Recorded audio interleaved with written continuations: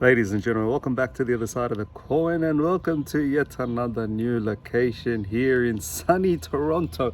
Sunny Toronto. I never thought I'd be saying that. I'm pretty sure a lot of you guys probably don't associate the word sunny with Toronto, but yeah, it's quite sunny. It's quite hot actually.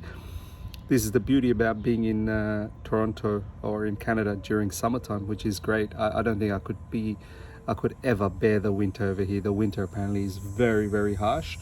So yeah, I'm just sitting in the front porch of the front yard. Well, that's what we say in Sydney, Australia. But I think here in Canada or in America, they call it the front porch. Porch.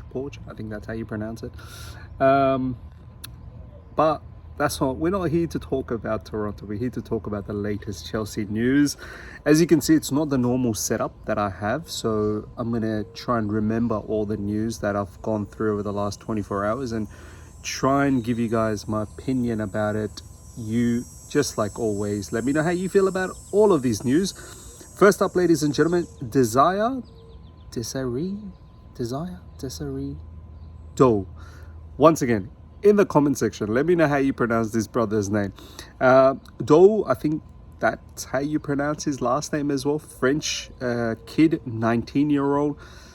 This is the latest link, but I feel like there are other clubs that are probably a bit ahead, especially Bayern Munich. Bayern Munich are going for this player, PSG, but now in the last moment, looks like Chelsea's name's popped up along with Spurs. L'Equipe from the French publication has linked us with this particular player. You might think, who's this player? Well, even I don't know. I don't watch Rennes. He plays at the moment for Rennes, Stade de Rennes, and he plays in multiple positions, but his favorite position looks like is the left wing position, and he can play right wing. He's both footed apparently, as per Transfer Market article, the website. He can play attacking midfield as well. But he looks like the profile that we want, on the left side, who can obviously play on both foot, which would mean you can play on your right. He's done fairly well last season for Rennes. I believe 7 goals or 6 assists or 6 goals, 7 assists, something like that. Played quite a lot of minutes as well, over 2,500 minutes. So he's got a lot of experience, even though he's young. I've seen on social media quite a lot of accounts out there in Twitter or Instagram. They're really hyping up this kid a lot, so there must be something about him. And look, overall, as I said, I think Bayern Munich's ahead of this in this particular transfer. But does the transfer make sense? Yes, he's 19, so the age factor meets. I think the transfer fee is not that exorbitant, so somewhere around 50 million euros, even though that's probably a lot for a young player, but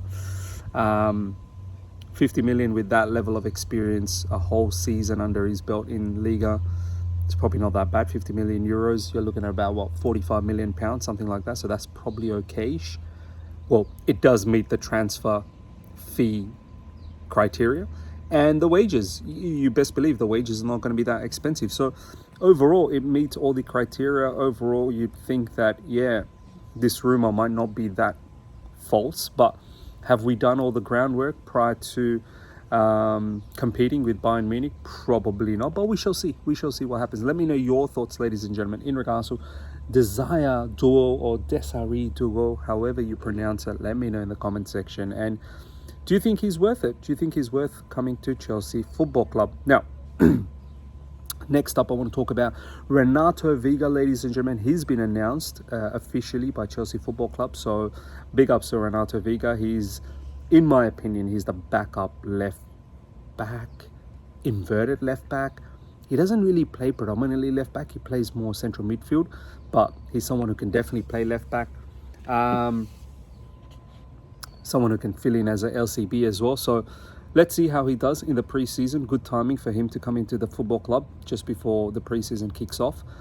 The tour, that is. So very keen to see what he does. For me, he's still the backup behind Cucurella. Now, in regards to Cucurella has had a few things to say. Obviously, the final coming up against Spain, against Cole Palmer, Conor Gallagher. Both of those players probably going to come off the bench. And Cucurella was saying hopefully Cole Palmer stays in the bench.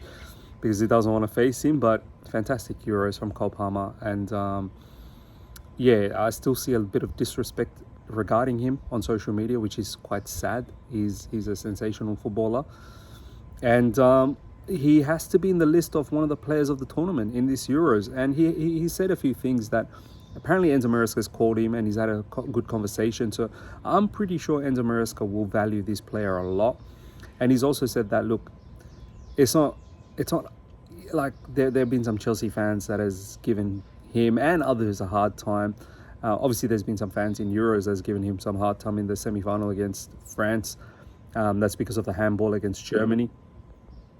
But he was talking about Chelsea fans giving him a bit of a hard time along with other players, and he was saying that the price that Chelsea have paid for some of these players is not up to them. But look, I understand to a certain degree what he's talking about, that, you know, they don't decide the price, the players don't decide the price. But at the end of the day, it matters though. It matters. Like when Chelsea have paid that level of money for a particular player, regardless of you not setting the price for them, you still have the duty to do well. Like, and it's the expectation. The fans create that expectation, and you have to unfortunately bear that expectation. So I get it from one side that, yeah, you didn't decide the price tag, so why are we being so harsh?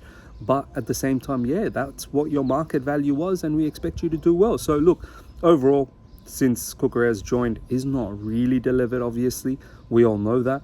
But does he have the potential? Does he have the skill set to provide us the goods? Of course he does. So I'm looking forward to what Cucurella can provide for us. Now, next up, ladies and gentlemen, Leslie Ugochukwu news. Leslie Ugochukwu, I believe there's 3 clubs, Premier League clubs, that are interested to get him on loan. He needs to go on loan. I don't think he's in the plans in the first team at the moment. He definitely needs to go on the loan. And he's the kind of player I need to see a lot more. Obviously, last season, bits and pieces here and there. Looks okay-ish, tall, quite physical. He's had experience in Liga, but the injury has kind of killed him last season. I think he probably would have done well under Pochettino. So technical ability is something that I need to see from Leslie Ugochukwu. He'll probably be he'll be part of the preseason setup. We'll see if he gets any minutes. I'm pretty sure he will. And then, yeah, he probably needs to go out on a loan and get regular minutes and showcase exactly what you can do in the Premier League. So a Premier League loan move will be fantastic. I think we're stacked in the midfield position at the moment. One of the neighbours where I'm staying is probably lowing the moor. Did I say lowing the moor? Mowing the lawn. Yeah. So yeah, Leslie Ugochukwu. I might have to move somewhere else. That noise is a bit too crazy. Are they gonna stop? We'll go for a walk. That's what we're gonna do. We're gonna go for a walk.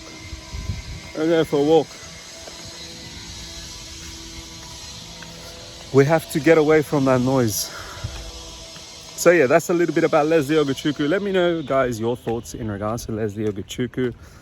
I think a loan move is definitely prudent. Next up, I want to talk a little bit about, I'm just trying to think off my top of my head, who are the other news. Estevao Willian, ladies and gentlemen, over the last 24 to 48 hours, yet another assist. This kid, he's a sensation. He's an absolute sensation. Another assist, another goal contribution. Every match he's producing something, and I can't wait. I know when we first signed him, a few people have tagged me on this on social media, and I said that, oh, yet another kid after a L. You lot have to understand, at that point it was a volatile situation. You know, we're picking up L's, and all Chelsea Football Club seems to be doing is just buying kid after kid after kid, and you know, it was annoying at that stage. But you know, obviously now looking into the whole Estevao Willian hype, he's the real deal along with Kendry Paez. So yeah, that's a little bit up in regards to Estevao Willian. Just trying to think if there are other news. I'm pretty sure there was, actually, you know. Let me think. Meanwhile, you guys enjoy the view. Just trying to think, what other news did I come across? There's other little bits and pieces. We've gone through Renato Veiga, we've gone through Ugochukwu, we've gone through Estevao, we've gone through Desire Doue, Cucurella. I'm pretty Kepa, that's it. Kepa Arrizabalaga, ladies and gentlemen. This is a problem for us. Huge problem for us. Apparently there's been offers from Al Ittihad or somewhere in Saudi Arabia, one of the clubs in Saudi Arabia, and he's not interested. It would have been nice if we were able to get rid of him, but I can understand he's not interested. He probably doesn't want to leave Europe. He's looking at the Real Madrid situation as well, so we'll see what happens there. But it's a problem. This is why we can't upgrade that goalkeeper position, because we've got too many goalkeepers. This is why Robert Sanchez is still deemed as our number one goalkeeper. I think that's probably it. We've covered all the players that we needed to cover. If we haven't, we'll catch it on the next video. But meanwhile, Toronto, ladies and gentlemen, this is Scarborough. This is where I am. And this is the latest Chelsea news for you lot. Let me know your thoughts about everything we spoke about. Until next time, everyone. Take care. See ya. Bye.